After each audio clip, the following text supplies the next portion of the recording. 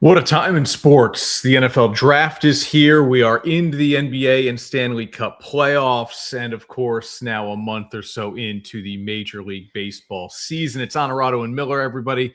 How we doing live on a Wednesday night ahead of the first round of the NFL draft? We will talk with football analyst David Pollack, great player in his own right. He was an SEC Defensive Player of the Year before a first-round pick with the Cincinnati Bengals. Of course, so many years as part of ESPN's College Game Day, and now doing his own big thing in media with podcasts and books.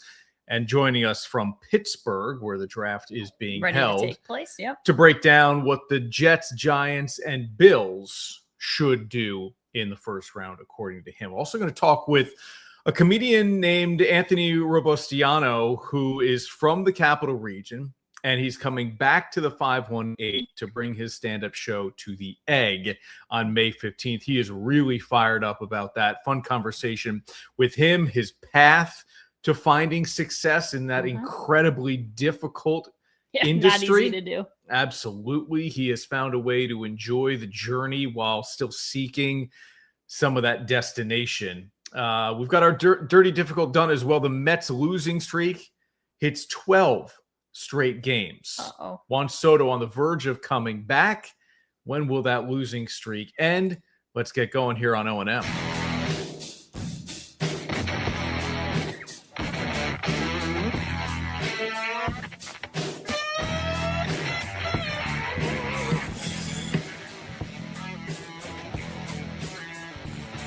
This is Onorato and Miller, sponsored by Alpen House. The first round of the NFL draft has become an event. It is a spectacle now that show has been taken on the road to various NFL cities. It's in Pittsburgh this year. It'll be a little chilly. Yeah, it's been in Green Bay, Nashville. It's been in Nashville. We can't run through them all here. Nah. It was in Philly. So anyway, it's a very cool scene. Yeah, really cool. The fact that the number one pick may not be in attendance feels very strange. Yeah. Fernando Mendoza has said, I'm not going to the draft. Good for you. Yeah, I mean, look, if you want to kind of make it... I'd want to be there for it. You would. Yeah, so number cool. one. I want to see. I want the photo. I want the jersey, the hat, the whole thing. That doesn't feel like Fernando Mendoza, though. He doesn't seem to care or be concerned with those types of things. Those a are quiet night at home with a small you can do that every night. Group to celebrate a monumental part of your career. I still feel like I know it's a once in a lifetime thing. That's exactly it. You should experience it. Right. Yes. That's what I would do. And not everyone gets to go number one overall. Yeah. Yep. He certainly will. And this could be a franchise building night for these two franchises. Should be. The Giants and the Jets. The Giants now have two top 10 picks from the Dexter Lawrence trade. They get number 10 overall from Cincinnati.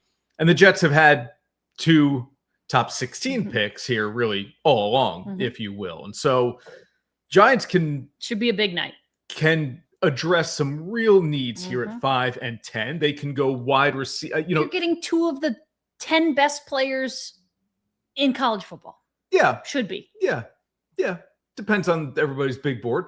But if you've got three needs, the way the Giants seemingly do, and I'm just going to go skill position. Okay. So you can say running back or wide receiver there. Offensive line, secondary.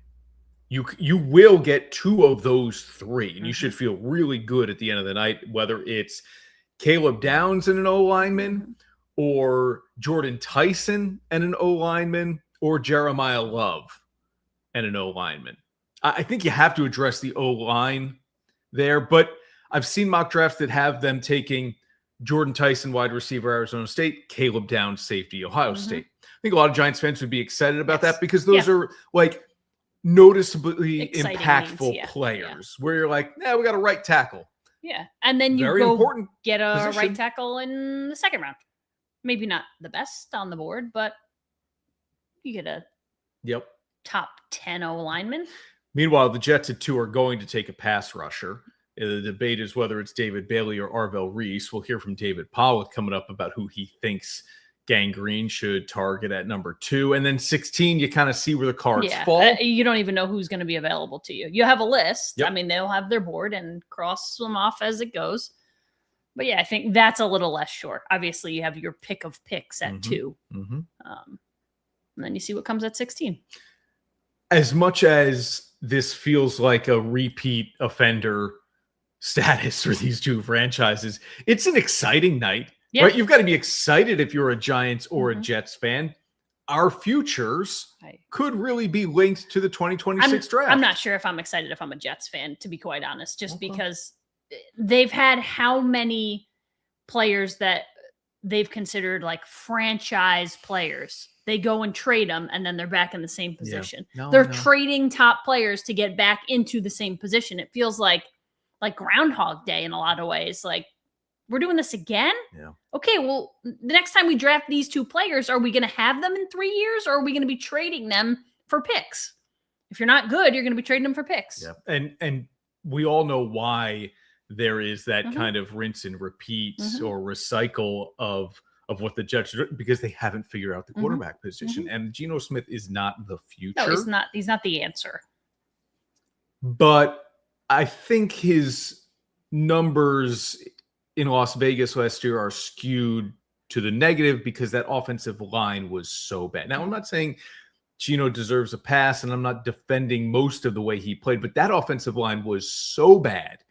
There's a reason it was what Vegas mostly viewed as the number 1 priority in the offseason. Yeah, they signed linebackers like Quay Walker, but they went after the offensive line knowing we're going to have the number 1 pick. We've got to give that rookie the best opportunity. We didn't give Geno the best opportunity. And so I think Geno will have a better year with the Jets, bring them a little more stability at that position. And then you can worry about addressing it really for the future. I mean, how bad do you feel if you're Geno? Seattle trades you, wins a Super Bowl. You go have a terrible year in Vegas. Now you're back in a situation that wasn't great to begin with. Like, I feel bad for that guy. Yeah. But somebody keeps wanting him. No doubt. I don't feel bad for his bank account. Yeah. I don't feel bad for his bank account. Yeah. And listen, they've got Vegas you've got Fernando Mendoza and Kirk Cousins. So that's an interesting conundrum. Yeah. I don't know that it's a conundrum. I think it's just you have options. Like, if you don't want to play Fernando Mendoza, you don't have to. If you don't feel like your offensive line is going to protect him and save his life, then you put the bajillion-dollar man out there. And 2 guys who couldn't fit the Vegas profile less. Yeah. The most likable, quiet kind of humans. Oh, shucks, nerdy kind of in Vegas. Yep. All right, we'll get to David Pollack here coming up in about 3 minutes or so. Some other news in relation to the NFL. Mike Tomlin, 53 years old, going to join NBC's Football Night in America on Sunday night as a studio analyst. Yeah, not surprising that some network or all networks would want him. But he chooses the NBC operation, which is changing up that studio crew for Football Night in America. I went back and looked. Bill Cowher left the Steelers in 2007. He was either 49 or 50 years old. That's young. He has not returned. Mike Tomlin is 53 years old, going into media. Will he return? Or will he be like Cowher, where there have been opportunities? Remember that he was linked to the Carolina Panthers a few times. And Cowher, I think, just ultimately was like, I don't know, I got it pretty good here in this studio, watching games, talking about games, not having that grind and feeling that pressure. And if Tomlin does this for a couple of, look, this is an obvious statement, but the longer he is away from the game, the easier it will be for him to say, you know what, I'm good. If he doesn't take a job in the next cycle, we may have seen the blast of Mike Tomlin on a sideline. Yeah. And I think, listen, we've done... Because he's going to be great at this. Yeah, of course he is. We've done the TV thing, not quite to this extent, but we understand the kind of grind. It's a different grind than being an NFL head coach. And so I think those coaches go in and think like, oh, this is like a vacation. It's not, because you have to prep some for it. Different to be like Brady when you're in the booth than to be on in a studio and just be able to talk casually about football, because you could just watch a lot of football. You don't have to study any one specific team necessarily, but watch a lot of football. You do that as a coach anyway, but you don't have to be running practices, and it's going to feel like a retirement gig in a lot of ways. And I think that's attractive when you've got a lot of money to spend and enjoy in the off season. There's no real off season for an NFL coach. There's an off season for a broadcaster. Yeah, no doubt about it. All right, let's take a break here on Onorato and Miller. We still have the Mets to get to. That losing streak a week ago, it was a 7-game losing streak. And Ashley said, don't panic. Now it's 12 as we do this live on a Wednesday. If you're seeing us on TV over the weekend, that losing streak has either been extended or snapped. Maybe it's 17. But we're live on a Wednesday with the Mets sitting on a 12-game losing streak. When we come back here on O&M, we are talking with football analyst, Emmy Award winner David Pollack ahead of the first round of the NFL draft in Pittsburgh. Back in a minute. Marcella's Appliance Center, our commitment is to you, providing essential appliances that families depend on for cooking, refrigeration, cleaning, and sanitation, plus appliance repair. You can have peace of mind that Marcella's is here for you today and every day, like we have been since 1957, helping you make the right choice with trusted brands like Whirlpool, Maytag, KitchenAid, and many more. Shop Marcella's Appliance Center in-store, online, or by phone. We're here for you. Nothing better than a chance to unwind at the end of the day. And a Wellness Spa can turn your home into the perfect place to relax, catch up, and enjoy a few quiet moments. With powerful hydrotherapy jets, soothing lighting, and thoughtful design, every soak melts the day away. More relaxation, more time together, more moments to look forward to. Right now at Albany House, step into your own Wellness Spa for as little as $7,995. Albany House Pools and Hot Tubs, Amsterdam and Clifton Park. And now, back to Onorato and Miller. Sponsored by Albany House. He's a football analyst. He's a host. He's an Emmy Award winner. He's an author. And, of course, he is a former great player himself. David Pollack is our guest on Onorato and Miller in Pittsburgh. And we'll talk about the event, David, that you're part of in addition to the draft itself, man. It's nice to meet you. Thanks for doing the show. How is the Steel City treating you so far? No complaints so far, Chris. A lot going down. Obviously, the largest event hosted in Pittsburgh forever, forever. I mean, so it's crazy. We're at PNC headquarters. We're doing the taste of the draft. The commissioner's running through, the governor, like a lot going down. A lot of people dressed up, a lot of people excited. There'll be a lot going on in Pittsburgh. And a great cause that you're part of here. We're in upstate New York in Albany. And so here we go again for Jets and Giants fans near the top of the draft again. Let me start in sequential order here with the Jets at 2. You've got to be loving as a former D-end pass rusher, a guy who probably really enjoys watching some of these big names that the Jets will consider at 2. Who do you think makes the most sense for New York there? Well, the Jets having 2 first-round picks is enormous, right? Like they in this draft specifically, too, if you think about it, it's kind of a good time to have Geno Smith as that gap year guy, right? Because the quarterback spot, like there's one guy that everybody's pointing to, it's Mendoza. But then what's next? And then it's pass rushers palooza. It's right in my lane, man. And so they really set the stage. Like the draft doesn't start at 1. We know what's going to go on at 1. At 2 is really where it starts. And then it's David Bailey, it's Arvell Reese. Both those guys can get after the passer. They're football players. You watch the Jets, they need pass rushers. They need defensive help. Obviously, Aaron Glenn in this second season, can they get that side cranking? And I'm interested to see because whoever they pick, teams are going to be like, all right, I want the other guy. Like they're literally going to be like, this is where the other guy comes into play because both of them are explosive. Both of them can get after the quarterback. And so 2 is kind of the fun part of the draft where everybody goes, all right, I'm going to reset my board after the Jets pick. And the Giants, like, as you know, David, this is smokescreen season, right? Like there's talk now that maybe the Cardinals would take Jeremiah Love or trade out of 3. I mean, the Giants sitting at 5 have got to be thinking, we don't know what to believe at this point. We'll assess it when the pick is we're on the clock type of thing, right? But if the Giants have kind of all resources available here, what are their biggest needs? Well, first of all, what you said, Chris, is important. Don't believe anything this time of year, right? Like everybody's putting out all these smoke screens and people want to put out things that are going to help their, agendas. But when you look at the Giants, I mean, the fact that you got Dexter Lawrence and you got the 10th pick. So now you got 5, 10, and 37. Yeah. Like you can do some damage, man. And John Harbaugh, coming in, like this is, you don't have a true corner. So can you get a true corner later on? Probably. You need offensive line. You need secondary. So, you could afford a lot of different spots. Obviously, to me, the 5 pick, I'm interested with Jeremiah Love. Like when I say this dude is different, this dude is different. Like he's got some special gifts and he's the guy that he's going to go in the top 5. Like, I don't have any doubt about it. Is it before them, though, with the Titans?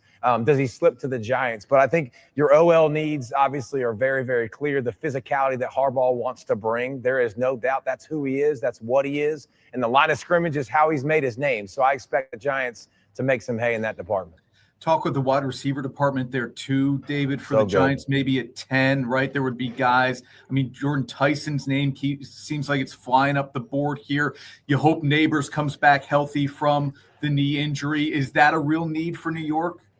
Yeah, I think you need to protect your offensive line, and protection of Jackson Dart needs to be a priority. Because he can't go in the concussion tent anymore. He's been in there enough, right? Like we've seen enough of that. But the receiving core in this draft is crazy, man. I mean, not just the names you name. We can do Omar Cooper Jr. We can do Tate. Like we can go down the list of explosive guys that are plug and play, that are playmakers that make your roster better. So if you're going to build it around Jackson Dart, I think you liked what you saw with Jackson Dart, like the competitive toughness, the ability to buy time, playoff script. I think you want to see him play in rhythm more. Right, get the ball out, make some quicker decisions possibly. But there are playmakers, Palooza, in this draft. And again, I would love to have 5, 10, and 37. Everybody would. And to get Dexter Lawrence, who was unhappy, wanted a new contract, to get the 10th pick overall, who now a guy comes in, I don't have to pay him as much as I'm going to pay Dexter. Right. Going to be an immediate impact. I think it was a great move for the Giants. All right, everybody watching this segment is yelling at me because they're saying, hey, you're talking about the New Jersey teams. There's one team in New York, and that's Buffalo. We saw Josh Allen banging the drum before game 2 of the Sabres-Bruins game. What do you need to do to get Allen the help he needs? It hasn't been offense the issue, David, right? When they've lost games, they're scoring more than 30 points a game. Scoring a ton of points. I think everybody likes Josh Allen. If you watch him, like you like the way he competes. Yeah. So at 26, who's going to be there? I'll say this. Receiver-wise, trading for DJ Moore makes you feel better, right? So that makes you feel better at the wide receiver spot for him. Listen, I think you could definitely support him with weapons. You might be able to do that later in the draft. But defensively, come on, man. Like, they've got to be able to stop people. They've got to be able to rush the passer. They've really, really struggled at it. Even though Joe Brady comes in, takes over, an offensive guy, I still think that's the round where you're going to get Cassius Howell and Gabe Ikes, those guys that can go affect the quarterbacks, make it hard for them, because the defense, it was painful to watch. And I know Oliver got hurt and was banged up, but he was the guy that's the most, lethal inside. You got to get other guys that can rush the passer, because it was a struggle last year. He's got the pod, see ball, get ball. He's got the family. He's got the family goals pod as well. Yes, thank you. And obviously won a bunch of Emmy Awards with the College Game Day crew as well. David, you're an author. I mentioned that too. Check him out on Instagram and on Twitter at David Pollack 47. Before I let you go, though, here, you're part of a really important cause with Pittsburgh. You're coming to us live from Taste of the Draft, presented by PNC Bank. And this effort, David, that you're part of is really important because it's addressing a hunger issue we've got in our country. Yeah. I mean, how is it not awesome to use the draft? First of all, again, the biggest event ever that's happened in Pittsburgh now to raise money for great causes. We're at PNC Bank headquarters. Not surprising that they're championing that, trying to help people get fed, right? Like doing good things in the community. They do a lot of great things in the community. And this draft is a great opportunity to bring in a bunch of folks, have some fun, raise some money for a great cause. Podcasts are taking off, man. It's been a smashing success here in the last few years. Congratulations on that continued success, and thank you for making the time with us. Thank you so much, brother. Appreciate it. Maybe this journey you're on has a purpose much greater than yourself. A purpose that goes beyond the field, the court, the gym. A crown awaits those who never give up. It's your time to dream again, to claim victory, and rise up. So what are you waiting for? It's time to rise. Claim your crown. Grab the family and get on the water in style with a Barletta pontoon featuring the power of a Mercury outboard motor. You'll be slicing through the waves with a smoother, quieter ride, leaving you to relax and soak up the sun. Whether you're cruising with a family or tubing and skiing, Barletta and Mercury will give you the best ride on the lake. With their unmatched reliability and refined performance, Barletta and Mercury won't let anything hold you back from having a summer you'll never forget. So don't wait. Stop by Alpenhaus Boats and start your next adventure today. Check out our great selection on Route 30 in Amsterdam and online at alpenhausboats.com. And now, back to Onorato and Miller. Sponsored by Alpenhaus. All right, there you go. We'll look ahead to the first round of the NFL draft and the many picks towards the top of the draft that the Giants and Jets have, and then what David Pollack believes the Bills should target. How great was that video of Josh Allen before Game 2, banging the drum for the Bill. Sabres. Buffalo fans, let's go Buffalo, and then pounding the beer. And that is like the thing now is it's like if you are an athlete, and especially a football player, hammer that beer. And they put you on the Jumbotron in some way, you have to chug whatever's in front of you, which is kind of funny. I wouldn't be good at that. And nobody, I mean, they sort of do it. Yeah. Everybody gets the beer all over coming themselves down the side. Yeah. And most guys are doing it out of a cup. Huge advantage. Josh Allen doing it out of a can. A skinny can. Very difficult. The amount of carbonation and the flow is slower than just out of a cup, I could do it like that. Oh, you could. I couldn't. Out of a can, tough. Not so much. He got the crowd going, but the Sabres lost. He could have done a pirouette and the crowd would have been excited about it. Like, who's more likable than Josh Allen? There aren't many. Yeah. I mean, I know there are plenty of people who hate Josh Allen. Are there? We're like rivals of. I bet you Patriots fans hate Josh Allen. I bet you they do. Okay. Bet you they do. I think he's likable across rivalries and fan bases. It doesn't happen. It's impossible. Boston fans don't discriminate. Boston fans hate on their own people because he pitches for the New York Yankees. Like death threats to Cam because he pitched. Like he can't help it because he's from the Boston area. I get it, but it's not Josh his Allen prop. is this the Red Sox could have who, signed him. You know, didn't have D1 offers, went to Wyoming. Seems like a very, I don't know. Okay. Ask Patriots fans weigh in. Do you like Josh Allen? No. The answer is no. Okay. I think they don't like playing against him, but his personality, it's not, I get why people wouldn't like Patrick Mahomes. That I get. You don't like him. That's not entirely true. He annoys you. I find him to be very annoying now that I've seen quarterback and I listen to him with referees and some of the whining and complaining that happens. Josh now Allen in complains games. A lot. They all do. Yeah. They all do. It's almost like the better you are, the more you complain these days. I don't know. To me, Allen feels like just a very overall likable guy. But maybe you're right. Maybe it's just... We got no comments today, huh? That's all right. We keep going. Boy. And now, Dirty, Difficult, and Done. Sponsored by Performance Industrial. Live on a Wednesday night where the Mets are sitting on 12 straight losses. Our Performance Industrial Dirty, Difficult, Done. Are the Mets already done? Here's a stat to suggest that they are. The Mets are the 139th team in Major League Baseball history to lose at least 12 straight games. The previous 138 all have something in common. Have all missed the playoffs. I don't really care that it's only April 22nd as we do the show. There is such a long line of history of teams that lose 10 straight, mostly not making the playoffs. 12, you don't make the playoffs. And this doesn't discriminate on when that happens, at what point in the season. Yep. The Braves, I remember fresh last year, they started 0-7. Yep.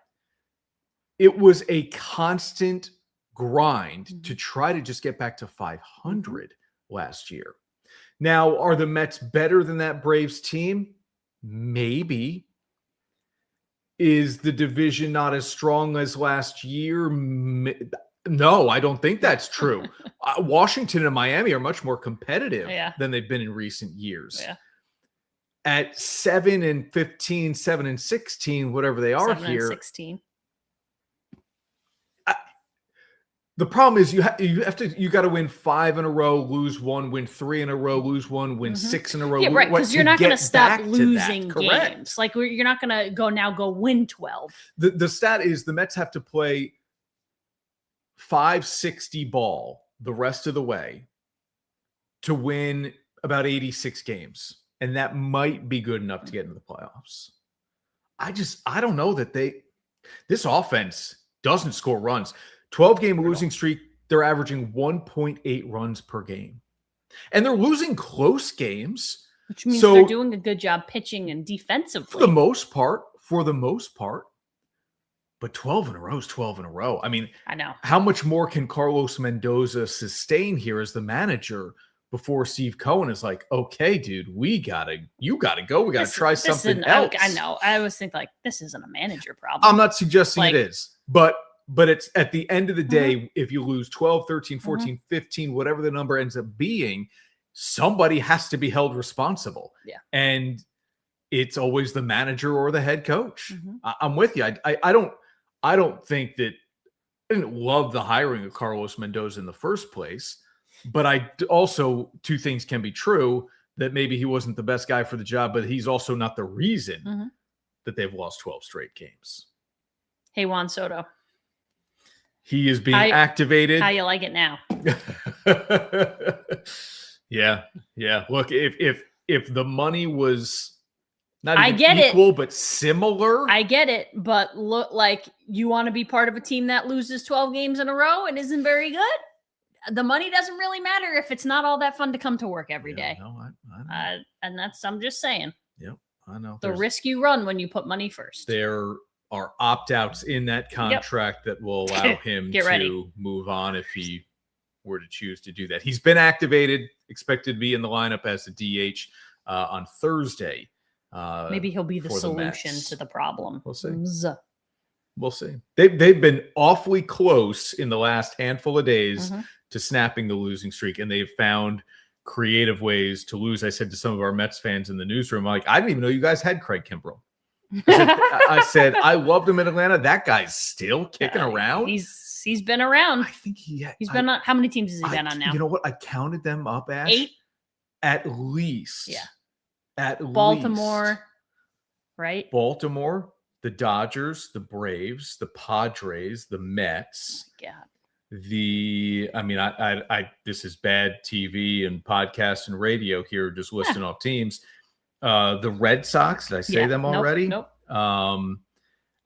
There are at least 2 more teams there, and I think there could be more. And he's been, when you look at his numbers, he's got Hall of Fame numbers. I don't know that he gets in, but he's got an A early in his career. No, he started with the Braves. Yeah. I don't know that he gets in, but he has Hall of Fame numbers. When he was, nasty, out. And just the whole. Yeah, the dangling arm. He was lights out. All right, let's take. Let me jump on one other thing here, Ash, because we have not done. What's that comment? We got anything good? This yet here. There you go. Yeah. Okay. NFL Carlos. draft comment. No, Carlos. Oh, Carlos. Sorry, I'm thinking Fernando. I know. Already. I knew you would. Moving on here. Yeah. John's right. But we know. Yeah. It just doesn't work that way. You're not firing Bo Bichette. Right. Not like, hey, Juan Soto, get out of the lineup. Yeah. Yeah. Again, 1.8 runs per game in this losing streak. Alabama and head coach Kalen DeBoer have agreed to a contract extension. Boy. Who would have thought? 2 years in. 3 games into last year, we would have thought, oh boy. And both years, Crimson Tide fans have wanted him fired. But the flirting with Michigan and some of those other openings, now DeBoer gets a contract extension. I mean, this is going to go through 32, 33. It's an average of $12.5 million a year. He's 20-8 in the 2 seasons in Tuscaloosa. In Alabama, that ain't good. 1 college football playoff appearance. 1 in 2 years. Okay. Yeah, and a win. They did get a win, right? They won at Oklahoma and then lost badly. Okay. Again, I always say, if you're not going to keep your coach, and the buyout numbers are true buyout numbers. They aren't like if they fire him next year, they owe him the balance of the 87.5. That's not the way this one works. There is a buyout that they won't de-escalates, of course. My guess is they're not going to fire him next year. No. So anyway, DeBoer's got some money coming. It's amazing how quickly things change. Just ride the wave. Yep. All right, we'll take a break here on O&M. When we come back, we are talking with a comedian named Anthony Robustiano. He's from the Capital Region, and he's coming back to play in front of a home crowd at the Egg on Friday, May 15th. Perform? Yeah, what did I say? I don't know. Play. Yeah, play. Perform. They both work. Okay. Yeah. Back to make it's people like, laugh. You're playing the Egg. You're playing the Funny Bone. You're playing the Palace. I wonder, is that what they say? I wonder what they say. What their like verb of choice is for a show for a comedian. Instead of I'm performing at the Egg? Yeah. They'd probably go play? Perform. Play is a little more... It's athletic. No, or I think musical. Yeah, or I think it's a little more sophisticated. Oh, I think it's musical. No. You play I think a musician. Comedians play... It's more musical. A venue? Nah, I don't think so. It's too bad we recorded the conversation. We can't ask him. Yeah, but we will the next time we talk to him. Hey, any comedians out there? Whether he performs or plays. What do we do? We play, we perform. No. Take the stage at? I'm going to play the interview now. We're back in a minute. Maybe this journey you're on has a purpose much greater than yourself. A purpose that goes beyond the field, the court, the gym. A crown awaits those who never give up. It's your time to dream again, to claim victory, and rise up. So what are you waiting for? It's time to rise. Claim your crown. You can feel it starting. Longer days, warmer nights, and you're already thinking about that first trip. Just pack up, hit the road, and see where it takes you. The best memories aren't planned, they just happen. So when the season kicks off, we'll make sure you're ready. During our spring camping kickoff, bring home a brand new travel trailer for only $127 a month. And now, back to Onorato and Miller. Sponsored by Albany House. Coming to the Egg on May 15th. There he is, Anthony Robustiano, with us here on Onorato and Miller, bringing his stand-up comedy to his hometown of Albany, New York. Man, it's great to have you on the show. Congrats on the success here in what is an incredibly difficult industry and business to make it. You're on tour right now. You'll bring your show to the Egg. What will that be like, Anthony, to perform in Albany on May 15th? Anytime I get a chance to perform, Chris, in front of my hometown, it's a special thing. I know last year we did the GE Theater inside of Proctor's, and we did 2 sold-out shows there. So just the fact that I've been blessed to have the opportunity then continue to ascend, so to speak, and go to the Egg. I mean, I used to take field trips to the Egg when I was a kid. So it's very surreal to be the person that people essentially are taking field trips to watch me now perform. So it's awesome. It's very cool. But it's also been a very long road. So I can appreciate the journey for sure. I'll generalize here. When you grow up in an Italian family, everybody thinks they're funny. And there are just degrees of funny, right? When did you know that you were especially funny, that you could do it on stage in front of an audience? Yeah, it is funny you say that. And my mom tells this story all the time. I was so incredibly reserved, like growing up. So even when I go on the road and there's people that are in a meet and greet line that are from my high school. They're like, I would never have guessed. Like, I was very shy, but I was always this person. You know, I would be with my friends whenever I felt comfortable. And I'm a storyteller. When I'm on stage, I tell stories. So I would tell stories to my friends, and they're like, you're pretty funny. And it took probably until I got to college, when I was at St. Rose, when I really felt like I could possibly do this, you know, but without any guidance on how to do it. I was just somebody that would just tell stories. And then, you know, obviously the birth of social media helped out, and I would just get into my car like I am right now, and I'd write a bit, and then I'd do it in the car, and one thing would lead to another. The videos would grow, and then I'm like, all right, let's take this to the stage now. And that in itself is a huge battle, because it's one thing to say you're funny. It's another thing to do it live in front of people, because when you say something and they don't laugh, you got to be able to handle that. And that's a tough thing to kind of be up there and handle that, and handle it with grace. So I got two questions off what you just said there. I'll go with the second part here, which is, yeah, that instant gratification or not in some cases, right, is the blessing and the curse, I think, in a lot of ways. If you come to the station here at News Channel 13, right, we're looking into a camera. There's nobody on the other side of it. It's a black hole, for the lack of a better description. And probably doing a routine into your phone, it's the same way, right? Like, to you, it's funny. I'm going to put it out there, and people will receive it how they receive it. How do you get past any of those, I'll say, just awkward moments that might be on stage? Mainly go home and cry, and do a lot of prayer. When it happens to you early on, and it happens to everybody. Yeah, the main thing is you want to quit. You're like, okay, the dream's over. I'm not funny. I remember years and years, like 5 years ago, I had an opportunity, because stand-ups, like they kind of like safeguard it. You know, they don't, especially if I'm considered a new school with the age of social media, people look down on that. And so it was tough to get stage time. I would travel. I quit my job when I was living in Cincinnati, and I traveled city to city, and I would try and get on stage. It was no's across the board. So I moved to Vermont. We opened up Robos in Vermont, and I just started doing videos, and I saw the traction, and there was like a self-reflection, like I am funny. So still nobody was letting me on their stage. So then I would just go bar to bar here in upstate New York and Vermont, and I would just ask. You look back, you're like, this was stupid.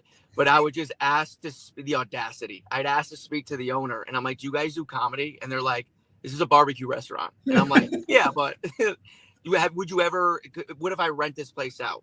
And they would go, if you can sell this out, you can bring people into our bar, we'll let you do stand up.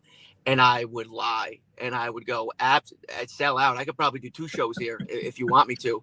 And they're like, if you could do that, it's yours. So we'd pick a date. I go in my car, and I'd go, I can't sell that place out. There's no way I can sell. And by the grace of God, I'd sell it out, and one bar would hear what I was doing. So then they're like, hey, we want to do the same thing you did for that bar. So that was like me, like kind of getting in to my stage. Like my mom would always tell me, hey, if nobody's going to give you an opportunity, find a way to create your own. And so that was my way of doing that. And then speaking of bombing, I did a bunch of those. I took those clips, I put them online, and this guy reached out of Boston. He's like, hey, we're looking for an opening act, where they were like a podcast. It wasn't even a comedy podcast, but for me, it was an opportunity to go to a different city and do it. And so I went there, and I absolutely lost all confidence. Like part of my gig at the time, like I needed the bar stool. They didn't have a stool or a mic stand. So like I was in my head, I get up there, I say the first joke, it's Boston. So It's absolutely bombed. Nobody laughed. And it was the first time I felt that. So then I completely forgot my set. So I sat up there, and you do this thing when you're stand up and you're not doing great. You look on the ground, you kind of like, so what's going, and nothing was coming out of my mouth. So it was 11 seconds of silence, which on stage feels like an eternity. Oh. And it was Boston. So there was a woman in the back, and she's like, it must be that Boston water. And that got the biggest laugh of the night. And I found my spot. I already lost it. I already lost the crowd. Like, stand up is about connection. You got to be able to connect with the audience and hold that connection. You can lose it, but find a way to get it back. I didn't have that skill set in my bag. And so I remember running off stage, and I'm walking downtown in Boston, and I'm like, this is, I don't know if I can do this, like having self-doubt. I walk back into the venue. I go right to the bar, and I asked the bartender, I said, hey man, I don't know if you do this, but can you give me a triple Tito's? And he goes, how about this? You tell me when to stop. And I was like, okay. And I go to take out my wallet, and he goes, no. He goes, you're good. You're okay. And I go, what? He goes, I saw your set. and I go, was it that bad? He goes, wasn't great. So drinks on the house tonight. And where I come from is a tough love family. Like, there is, you couldn't play victim in my family. My father, my mother, somebody will let you know how bad somebody else has it. Yep. And so I was sitting there sulking. My mom came over, and she was like, what are you doing? And I'm like, I don't, did you not just hear that? Like, my whole family came, aunts, uncles, cousins. My sister was there. My mom, my dad, obviously. And she goes, okay. She goes, what did you think I told you before you started, that if you wanted to do this, you need to have thick skin? And she's like, if not, that's okay. Me, your father, and your family just wasted their time coming here. Just go ahead and quit. Because if you can't handle it, this is not going to be the first time you bomb. If you can't handle that, that's the nature of the business. Do yourself a favor, go back to accounting and quit. And she just got up and left. And I was like, all right, okay. I wasn't going to, at the time, I'm sitting at the bar. I'm a grown man. I was like 28. I'm like, shut up, mama. You don't even know what it's like to be up there and do that bad. Like, it was horrible. But my buddy told me, my buddy Ant, he called me in my hotel room, and he's like, hey, I know it didn't go great. He's like, but there will be a time where we can look back and we'll laugh at this. And his name is Anthony as well. It's like, Ant, that time's not right now. So let's not do it. Flash forward a couple of years. I get signed by an agency out of Los Angeles, and they put me on tour. And the first city on that tour was Boston, Massachusetts. Wow. So then I took that story and I told it on stage, and it literally set the tone, I want to say, for my career, because I haven't been off tour since. But the fact that I was able to take that experience that I thought was a career ender and make it a joke, that was a big part of the success at the start of my career. Because I was okay to mess up. You mentioned, how this thing really kind of exploded across social media. Let me fast forward to that point then, where, you've got more than 500,000 followers on Instagram. You got more than 2 million across your social media platforms. Aside from signing with an agency, right, which is a huge moment in any entertainer's career, what made you go, okay, yeah, this is like not only working, it's maybe bigger than I thought it would be? Yeah, my buddies say that all the time. They go, I don't think you understand like how big you are. Like, because wherever we go, like, it's people will stop, will take a picture, and it's a very surreal moment. Just because I've been poor for the last 6 years. I've been sleeping on futons and spare bedrooms, and like struggling to even pay bills and stuff. So.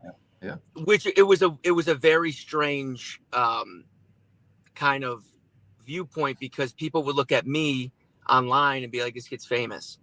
Meanwhile, I'm like helping my parents put sprinkles on like an 8-year-old's ice cream cone. And I'm like, I'm not doing that well financially. So learning to take that and turn it into somewhat of a business was definitely difficult. But to your point, I'm just humble. We don't really come from a whole lot. So for people to recognize me and to enjoy my work and the messages I get, it's very overwhelming in a positive light that, so-and-so's dad has cancer, but he watches my video. My uncle just passed away, and my aunt reminded me, she's like, just want to let you know, like, Uncle Joe watched all your videos is like the highlight to his day. And she's like, that's a powerful thing. I hope you know that. And it takes things like that to recognize how cool this is for me. Cause I'm the type of the goalpost moves back type of guy. Nothing's ever good enough for me because I was always very competitive. And so I look at this as a competitive feat. And, I never want to get too high on something, nor do I want to pat my back on, accomplishments. I just want to keep going and influence and impact as many people as possible. So I do have to get reminded of it. And the egg will be a cool moment where I can kind of look out and go, wow, this is, we were in barbecue restaurants 3 years ago. This is pretty cool. So I look forward to that moment and sharing it with friends and family. So that'll be pretty cool. But yeah, my mom will tell you, I was incredibly awkward. People would come up to our store in Vermont and they would take a picture with me. And I would just sit there not talking. And my mom's like, listen, you need to do a whole lot better at being a person. These people see you online. They want to see that guy. Be that guy. And I was like, it's just weird. I don't like this. It's weird to be recognized and loved. It's usually fighting and clawing. To probably feel like you always have to perform, right? Yes. That's, another pressure that I don't think a lot of people think about is it's like, you're right. When I see you on social media or I watch you on stage, in my mind, that's who you are. Right. And so when I meet you one-on-one, it's kind of what you're expecting to get back. But that's obviously something you figure out along the way here. Your stand-up comedy in general, Anthony, what do you draw on most, do you think? In terms of what kind of people are at my shows? Oh, no, material. So what do you draw family. on? Yeah. Family stories. Absolutely. I'm not a Jerry Seinfeld, set up punchline, I'm not that kind of comedian. If you're coming to my show, I'm going to hit you with relatability, and I'm going to do it through funny stories, or I'm going to do it through current events or whatever it is. But yeah, I'm a big family guy. My family has literally shaped my entire life. They're the reason why I am where I am, the love and support that they have given. I mean, to be 30 and call your parents and saying that you quit, you're going to do stand-up full time, and them go, hey, we got your back. Yeah. I mean, that is, and then watch me lose every dime I ever made or saved to chase this thing and still go, hey, keep going, keep pushing. That was huge to my growth. So, and my family is, when they don't try to be, but they're hilarious. I have 2 nephews and a niece. I want kids one day, but though they, those are kind of like my kids. And I get to draw on those experience from being an uncle. So I talk about that a lot, about my father. My dad's old school Italian American guy. So there's a lot there.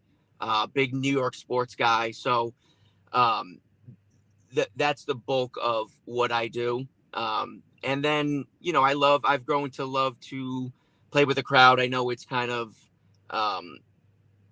frowned upon with the older comedian community.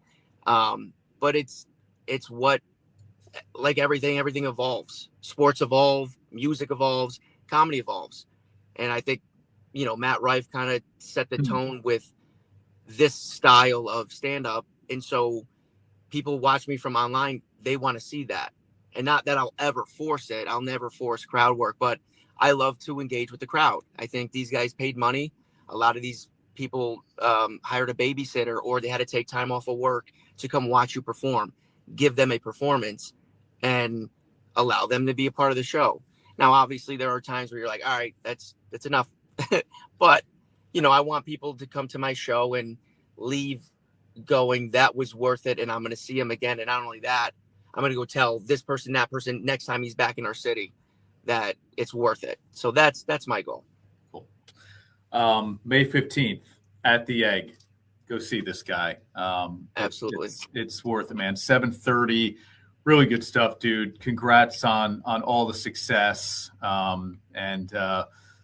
Look, I hope we can do this in person sometime soon as you continue the tour, man. I appreciate it, man. Thank you so much. At Marcella's Appliance Center, our commitment is to you, providing essential appliances that families depend on. For cooking, refrigeration, cleaning, and sanitation, plus appliance repair, you can have peace of mind that Marcella's is here for you today and every day, like we have been since 1957, helping you make the right choice with trusted brands like Whirlpool, Maytag, KitchenAid, and many more. Shop Marcella's Appliance Center in-store, online, or by phone. We're here for you. Nothing better than a chance to unwind at the end of the day. And a Wellness Spa can turn your home into the perfect place to relax, catch up, and enjoy a few quiet moments. With powerful hydrotherapy jets, soothing lighting, and thoughtful design, every soak melts the day away. More relaxation, more time together, more moments to look forward to. Right now at Alpenhaus, step into your own Wellness Spa for as little as $7,995. Alpenhaus Pools and Hot Tubs, Amsterdam and Clifton Park. And now, back to Onorato and Miller. Sponsored by Alpenhaus. All right, that show again for Anthony Robustiano at the Egg is Friday, May 15th. Who just pulled his high school out of a hat? You did. Not sure why. You said Mohan? He was an athlete at Mohan. Had to have been because I would have covered him, and it was just a name that stuck in my mind. I said, "They go to Mohan." We looked him up. Sure enough, played basketball at St. Rose, and Ash goes, "Mohan, yeah, Mohan, yep." You got to appreciate, the grind, his perspective on the grind, like what it has taken to get to this point. What's a better story than saying you started in a barbecue restaurant in probably Schenectady or Rotterdam, New York, and Vermont? Yeah. And I think it's just easy to root for a guy like that has like put that much into it. Yep. And has not given up. That's fun. And I'm sure his stories are great. Drawing on family is always funny. Most people would love to be able to make fun of their family on a stage like that. Right. But more people know about it now. So I guess your family's got to have. Mom said you got to have thick skin.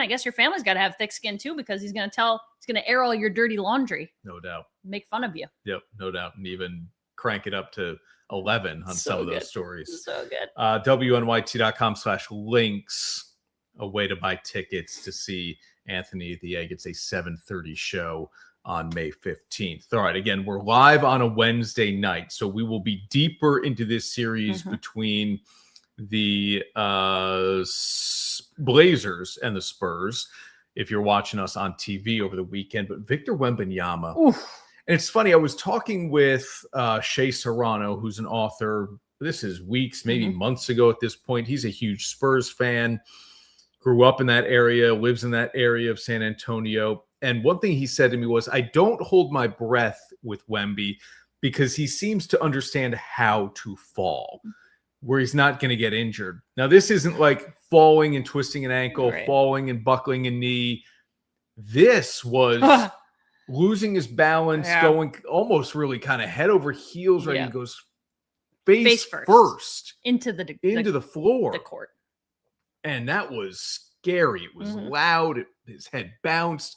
He tried to get up, was clearly dazed. Anyway, concussion protocol in the NBA is 48 hours before you can even think about practicing or playing. So the Spurs lose on Tuesday night in game 2.